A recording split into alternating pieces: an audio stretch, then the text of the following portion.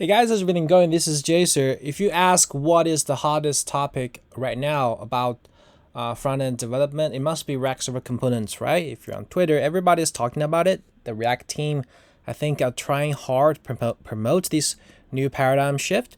Me myself is very interested in it, though I haven't used it in my my work or my side project. I first wanted to try. I wanted to figure out what React Server Component is and how it works internally. This is my primary goal. So I spent some time trying to implement React Server Components-ish mechanism by myself. So there are two episodes here you can see on my JSer.dev blog. The first one is my guess at it, my rough implementation by duct taping. And the second one is the diving into the real source code about the React Server Component, which is quite long, which probably is the longest post I've ever written, but it's very interesting, and also we'll cover it in a separate video as well. So for today, I'm going to navigate you through my guess at how it works. I think even though this is not actually implementation, it will help us understand what the problem React Server Component tries to solve and why what is a good approach. Before we dive in, I recommend you look at the demonstration, the initial demonstration about the React Server Components. I think it's 2 years ago. Wow, it's already 2 years ago, which is quite fascinating. I'll skip it here. We can actually understand the needs of it, at least a fraction of the needs by looking at our initial episode in this post, because I've separated into different milestones, and by these 6 milestones we will see the rationale behind the React Server Component. Okay, the first one is we were building a traditional or orthodox the client-side project, client-side rendering project, which is probably the standard way of building web apps. Let's run it. How can could I put it into full screen? Maybe not. Okay. I'll go to the stack blitz. Cool. I can change. Can I change the size here? Oh yeah, we can change it here. That's good. Okay, so when we reload it, you can see that we're loading a post list. When we click it, we're loading the post and render a full post. The post, actually, I picked a few posts from my blog. Here is a button, that interactive button. I can go back to the post list. So this is a very simple web app, and the implementation of it is also very traditional. Let's take a look at the code. First of all, I put all the posts into here, which is all markdown files, and the SRC includes all the source code. Also, the server side is also included. Let's take a look at the server first. So we serve the static file through under the public folder under the path of static, and then we exposed a few APIs. This one is for post list, and this one for detail. And then we serve the entry HTML, which obviously this HTML will include the script tags to load our web app, right? So here's our root, which you can see is just a bunch of React Bootstrap code. And then for the components, including the list, this is the post list. We have a suspense, and this is post list inside of it. It will fetch the post from API in JSON. And if it is not ready yet, we throw this promise. This is how suspense was suspend. Say when we reload, we can see this loading post indicator. So if you're not familiar with suspense, I strongly recommend you read the post on my blog, which is how Suspense works internally, which is quite interesting. So the basic idea is through a promise, and the React will try to re-render it after the promise is resolved. So this same thing goes for list, for detail. Also, we load the post, and for post detail, we get the data from the API and then render it. There's one thing though, is that for post detail, because this is a totally client-side rendering web app, we need to parse down the markdown format and render it into HTML, right? So we need to bundle this marked library, which is quite big, and then insert it into the dangerous set inner HTML stuff. Okay, beside of it, there are some components. You can see that there are a link. Here, this is a link. We don't want a hard reload, so we intercept the click event here, and just use the history API to push state. And for router, which is just to listen to the history changes and render the corresponding components by the path, which is quite simple. And for build, we use the rollup, which is because it's simple to use, it's pretty straightforward. For transpile, we need to support the JSX syntax, and for build for client, we will bundle them up, which is we use rollup. For transpile, we just use the Babel, I think, yeah. For bundling, we use rollup. This is the entry file and some settings for the vendor script, and then we generate the HTML, which will automatically includes all those components, includes the source files. And then we write it down to public. Cool. So here's the build process. We clear it out, transpile, and then build for client. This is for build. This is pretty simple. And there are a few problems you can see that components are all bundled together, even not rendered on the initial node. Is that when we are loading the post list page, we actually already have loaded the detail page, including the markdown as well. Markdown parsing library as well, but we might not using them, right? So it's a waste of bandwidth to load them. Okay, we can actually just to solve this problem by lazy loading. While manual lazy loading, it's quite tough, I would say, but it's not like too bad. I've already I have done that before when we are working on a project. We lazy loading by not by route but by flow, because most of the time we're dealing with user flows, which is a group of pages. Cool. The second problem is that the markdown parser is quite big. I actually cannot see the size from this because how Stackblades works. But let's take a look. Anyway, we reload. We can see that root. The size. Anyway, in total, there's no size showing here.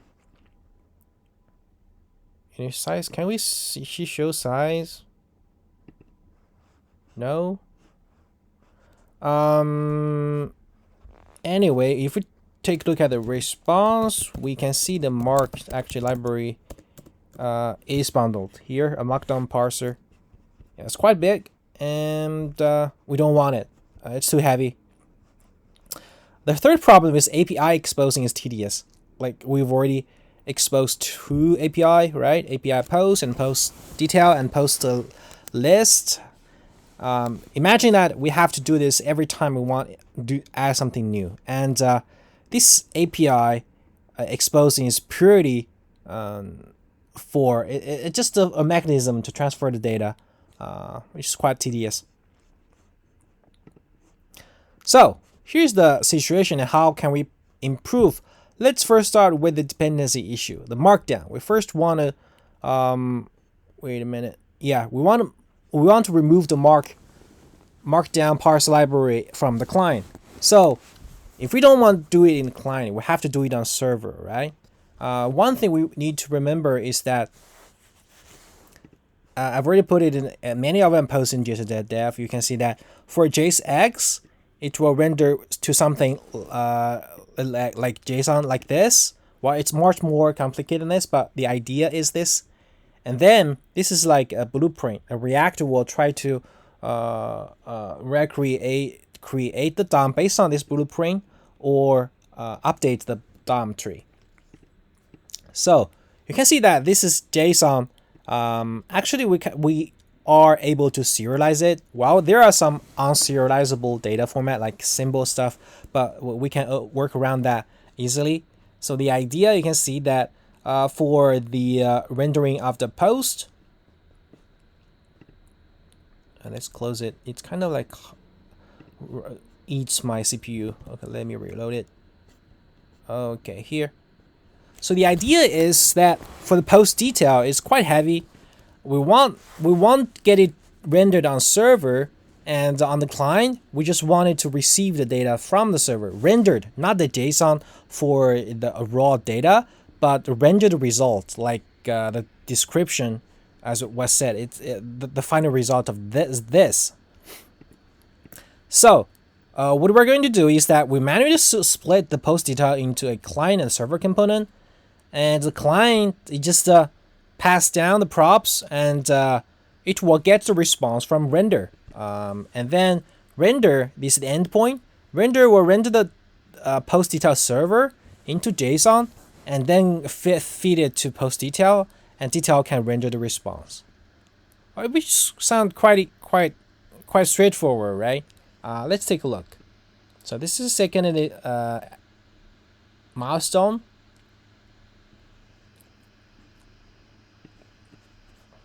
Loading post, yeah, it works perfectly, but there is something different, is that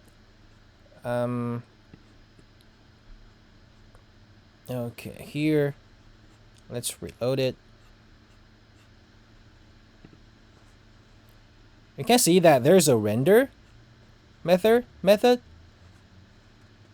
When it's rendered, the response is a bit different. The response is like this. You can see that it's something already rendered. This is the HTML code. It's rendered. It's not the JSON for data anymore. If we reload and go to the first example and run the project,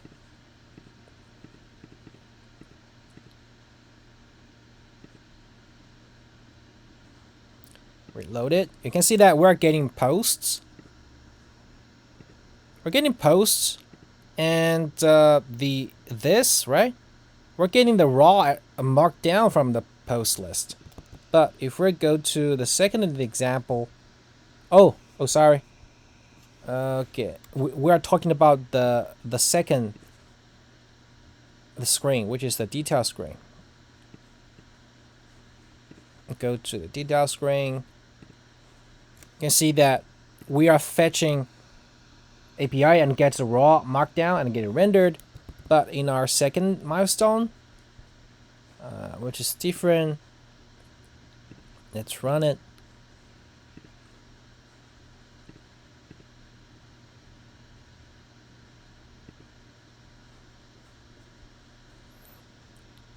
Click it, you can see that we're not fetching the API anymore. We're fetching the render endpoint, which will actually return the rendered HTML directly for us. Not the HTML, but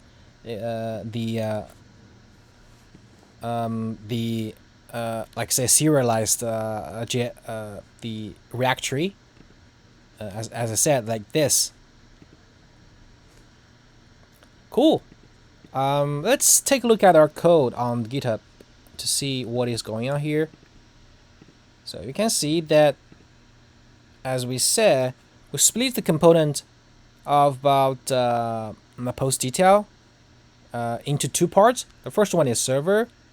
The server side, because it's server, so we can just import it. This will not be bundled and sent down to client. We can get the post and render there. Nothing special, but we need to serialize it. I think here is the render. Yeah. So for render, this is a generic. This is a general endpoint to render any component. So we get the component and props, and here is just a duct taping by requiring it with this is server.js postfix, and we get it and we render it. because oh wait a minute, because we are using the async and await there, right? Here, yeah. So we await it, and then we stringify it, serialize it. As I said, there are some symbol stuff, so we just transform into a string and revive it into on client side. So here, post client, you can see that for post detail, we just fetch this render the response from server, and here is how we fetch it. We fetched it here, fetch render, and then we will replace the serialized symbol and put a real symbol for. This is global, so it will be constant there, and then yeah, it's done. I think that's it for episode 2. You can see how powerful it is. Now we're able to remove the markdown library. Let's take a look at it again.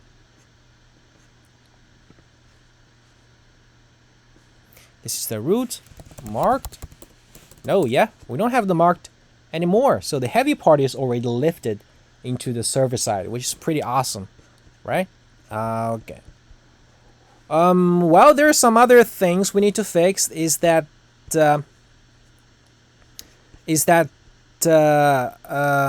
we originally we had this like button, I remember, and also we can go back to the post list, but now we cannot do that because we don't support the client components in server components yet. So that means in the server, React the detail server part, it doesn't support the use of client component yet. Here, so we want to fix this, and here is how it go in the 3rd episode.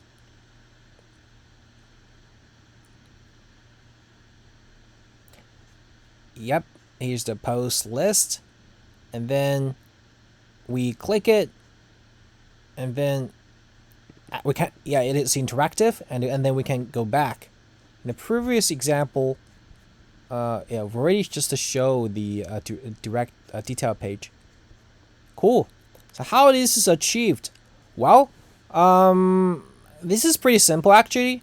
So when we detect the client components in server components, we just replace the client components into a lazy container, and it's just a string to identify what it is.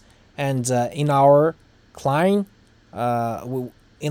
code, we can just revive this string into a lazy component, and lazy component can dynamic import this original client component source code and get it rendered, right? So it's pretty simple. Let's see the real code on the episode 3.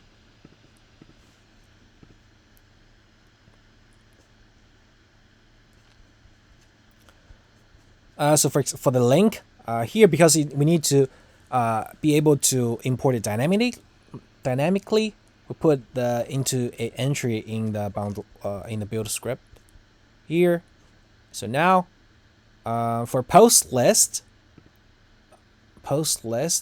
oh yeah, post list, we can now actually put post list into server as well. So we post list, we manually split into client part, which is the same as what we explained before. We fetch from the render, and then we get the response, and the post list server, we can just use directly get post and async here. And yeah, here, this is something we added now because we want to render a link. This is client component in server part.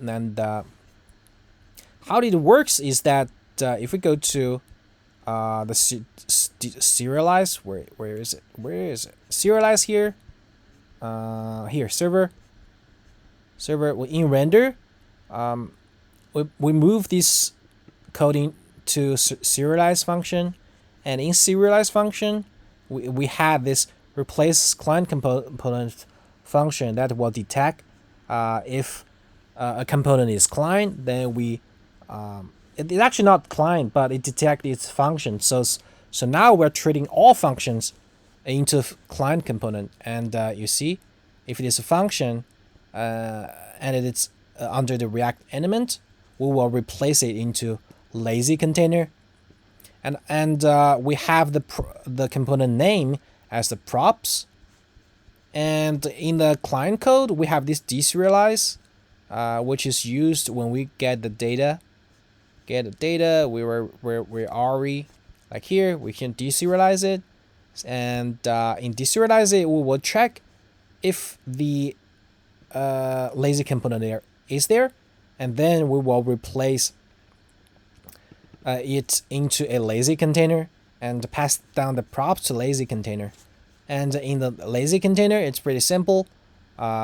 Lazy container here, here we will just fetch, import dynamically for the component name, which is because component name is serializable, and then we will set the module and get it rendered. This is pretty duck taping, which is, I must say, this is not the real implementation, but you get the idea of how it works.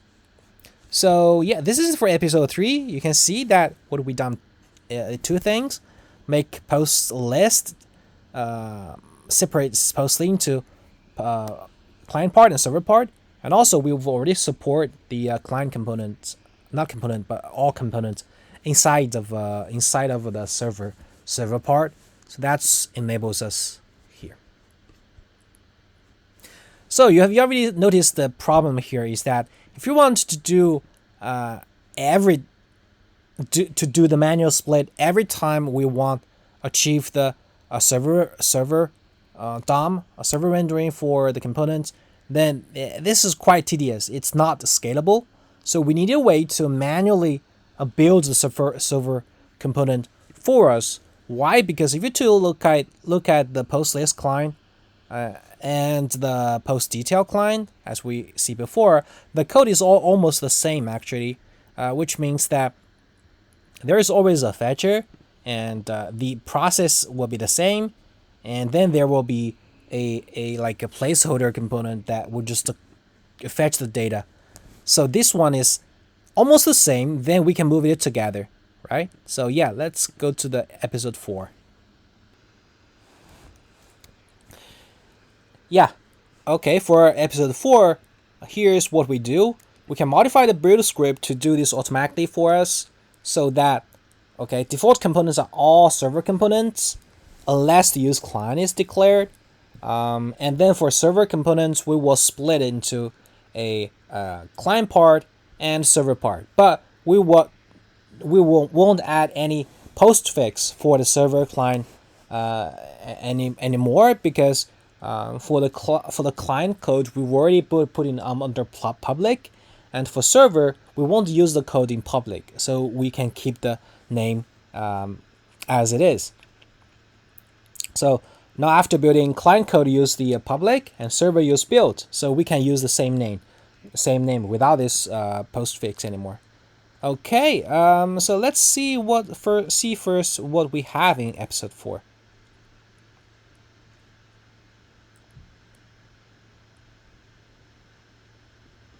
Yeah, post list, and then it works perfectly the same as before. But one thing we need to notice is that for the source code, here component list,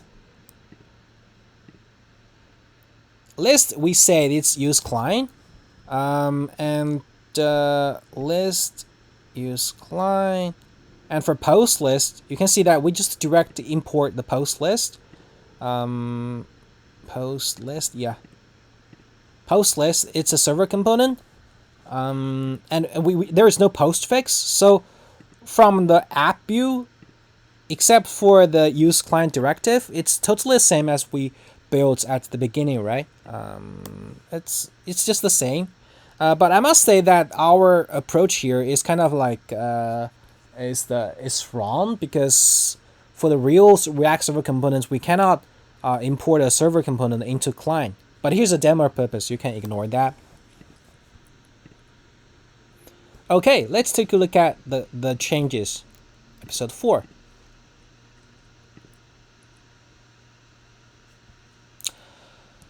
For episode 4, I think it's mostly changes into the build script. Yeah.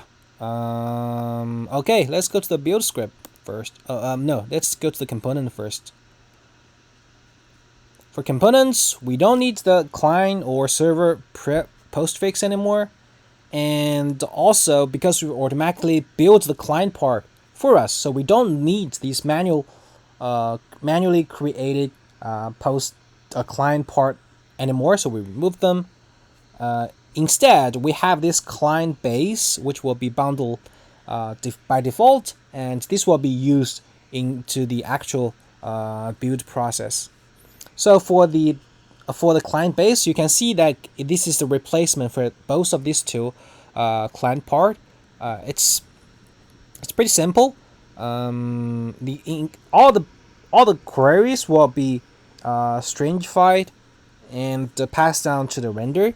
And so for the client base, we only need the component name and props, and it will do all the heavy work for us.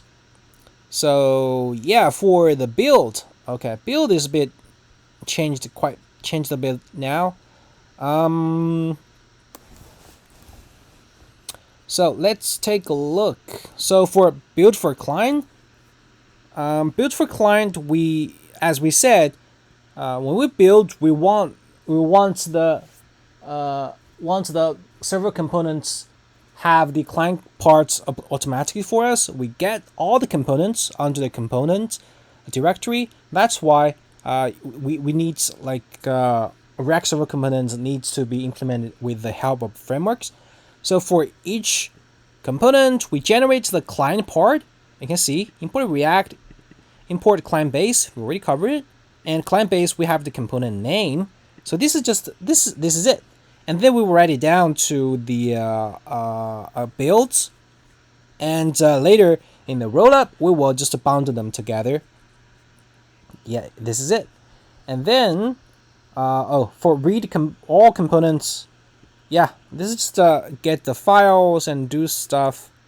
And here, if a component has this use client, we will put it into client components. If not, we'll put it in server components. And for server components here, you can see we will build the client part. If it is client components, we'll just roll up, bundle it. It's nothing special.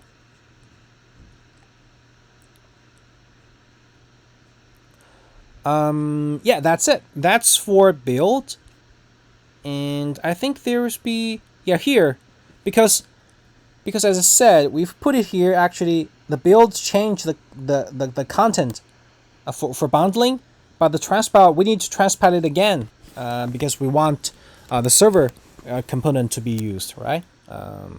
As I said, for build after this, the transpiled stuff is not transpiled stuff anymore. It will be, yeah, as I said here, it will change the contents, and then we need to transpile it again. This is just for demo purpose. You should not do this. Cool. And for server, yeah, we don't need the postfix anymore. That's it. So you can see how clean the code now is, right? Perfect, I would say. So now, if you want a component to be client, then just use client. Otherwise, it will be rendered on server. Why we use client here is that actually we don't handle suspense, maybe, or we handle it. Oh yeah, we don't handle the suspense, so we have to use client for now. Cool. And then in the next episode, we will fix this issue by supporting suspense, and also we don't support nesting server components because that's in our code that's pretty primitive right now. We'll just render one level. You can see it's pretty stupid. Here, the render. Where's the render? Yeah, render. We get the component. And we just await it. Obviously, this don't work. We need to drill down to the tree structure and render there accordingly, right? Yeah, we couldn't move list and detail to server components. They have suspense. They have nested server components. Nested server component can be supported. Suspense is supported. Now, again, let's take a look at the result first.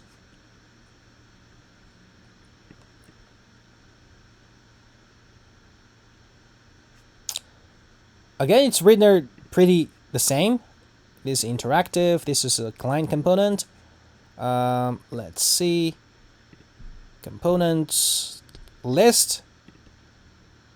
See now that for list, we've already removed the use client because Suspense is not supported, and also post list inside of list, server component inside of component is also supported. The one, I think there's a like component because we want the state to work, so we use client, and also the like is perfectly used here. Like, cool. Let's see how it is implemented by looking at the pull request. For Suspense, I think it's pretty simple because Suspense is a built-in component inside of React. So if this Suspense, we just replace into here.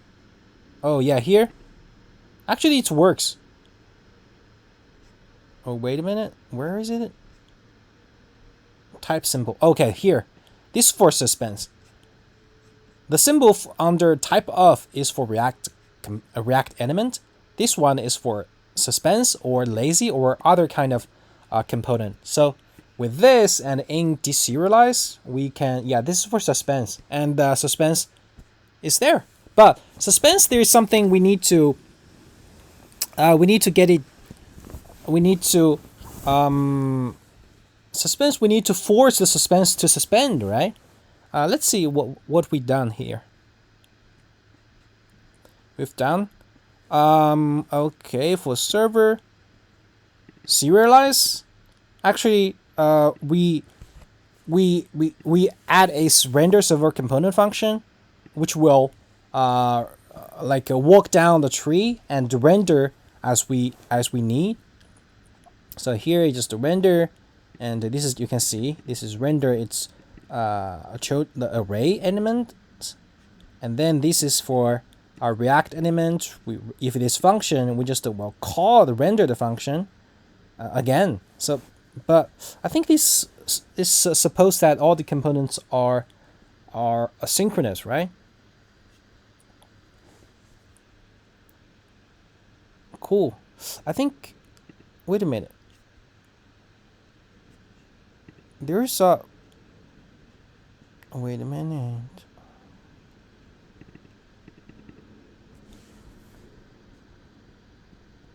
Render lazy component. There's a problem. I think we covered it in the last episode. Oh, no. The thing is that for next component, what we are doing is actually we will if we made a nested server component, we will just render its client part. In that client part, it will call the render again, and then render its contents. So you can imagine the waterfall situation on the client. This is how we do here. We made a server component. Daisy, we will just put it into a lazy container. It will because for client component, this will load the client component. If for server component, this also will load the client part of the server component. And the server component will communicate with the render and get it rendered. So this works perfectly fine. For list now, we could remove this. So perfect. And if we go to the demo again, and you can clearly see the waterfall there.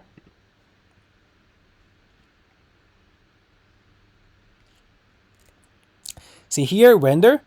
First, we render the list, actually, right? Render the post list. This is the list. Oh, no. Wait, which is render, which I go to the post list. Let's reload it. You can see we have two render.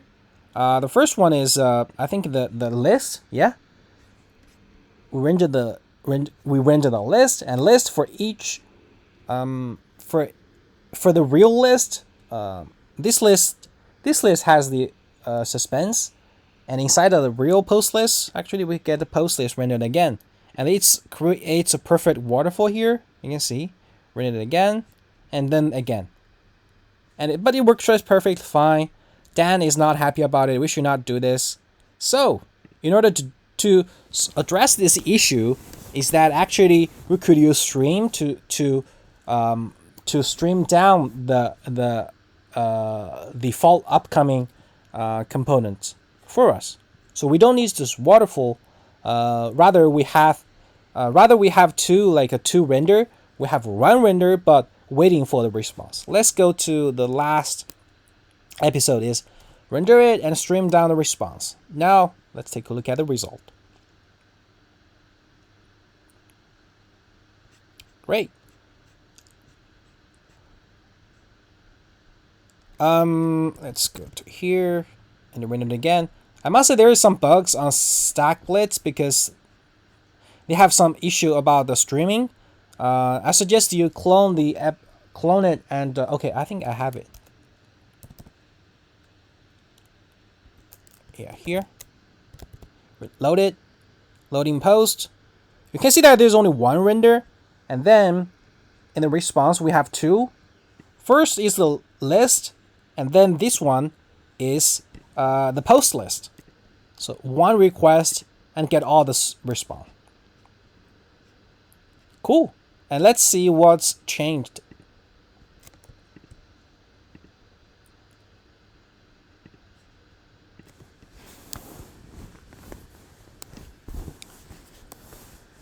Ooh, there's a lot. Hang on, this is last one. So let's take a look at the server first. Okay,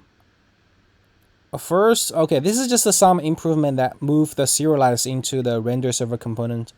Move them together into stream. Render server component here. Oh, I've added a lot of comments here. So when we render the JSX stream to the stream, okay, first handling the unserializable data, we've already done it before. If it is client component, we render with lazy container, we've already done that. For server components, if it is synchronous, we just render it. If it is async, we need to render it on server but send down a response to the client and then put it in the right location, right? So we need a unique ID. So for a client to know where it to be put. We get an ID and we will replace it with a placeholder with the ID. Yeah, and we'll attach a then callback to this on the async function, and we will send down the Reddit the response with this ID down to the client later. And on client, the client base is the communication route to render. I've already done that, and continuously parse the streamed response and build the final tree progressively. We will put the chunks at a location based on the ID. And yeah, for placeholder, each will just stay because we want it to suspend. This is just a promise. We will force trigger the suspense. And because when the real response comes in, it will be replaced. It will be removed. So it should be fine. I must point out that this is not the actual implementation. Implementation in real React server component is much complex than this, and it's much better without this placeholder stuff. And they have this promise attached to a chain up very nicely. We will cover it in the next episode. Cool. So in here, there's nothing. So for the recursive, while we walk down the tree and render, we need a way to flush the data. So right, and also need a way to get the unique ID. That's why I put everything into context. So in the render function, we have this context arguments, and then also we need a way to tell if a component is client or not. You can see here, client or not. So in the build, we build a map. Again, this is not how it works in real implementation, but it's just the idea. Yeah, we generate a component map, and so in server here, we can know if it is server or not. So if it is client component, we replace it with lazy container. If it is server component, we generate the ID and then render it. If it is a promise, then we attach a callback, and when it is ready, the context will pipe the response. Remember, this response might have other nested server components, so we need to render it again. We pipe it, and then for the initial, we will return a placeholder, which will suspend automatically with this ID. And in deserialization here, we get this placeholder, and we will replace it with a real implementation placeholder. We just throw a promise. Again, this is not how it works in real world. But anyway, for client base, we need to change it because we need to handle the string, right? So we use a state here, which is quite dummy, but it works for demo purpose. But it's not actually how it works inside. It's good enough here to know the idea. Anyway, we use a state to hold the intermediate data. So we fetch the render and use a reader, response reader, to read the data chunk by chunk and deserialize it, and then we merge them. We merge them by the target ID. The replace target will be very simple. So this is the intermediate tree, and this is target ID, and this is the replacement. So what we want to do is just we traverse through the tree and find the ID. If we find the matches, and just replace it. Otherwise, we go deeper and find it. So that's it. That's the last episode about our guess at how how React Server component works internally. Where is it? Oh yeah, my guess at. And yeah, so the summary is that actually with this 6th episode, we can see that the rationale is pretty straightforward. I would say it's reasonable. You can see that we create each episode based on what we observe, the issues we observe in the previous steps, and finally we are led to these final solutions. And I hope this video will help you understand the React Server component better. One more time, I would like to point it out that this is not the actual implementation about React Server components. The real implementation we will cover in next episode, which is pretty long. Yeah, stay tuned. See you soon.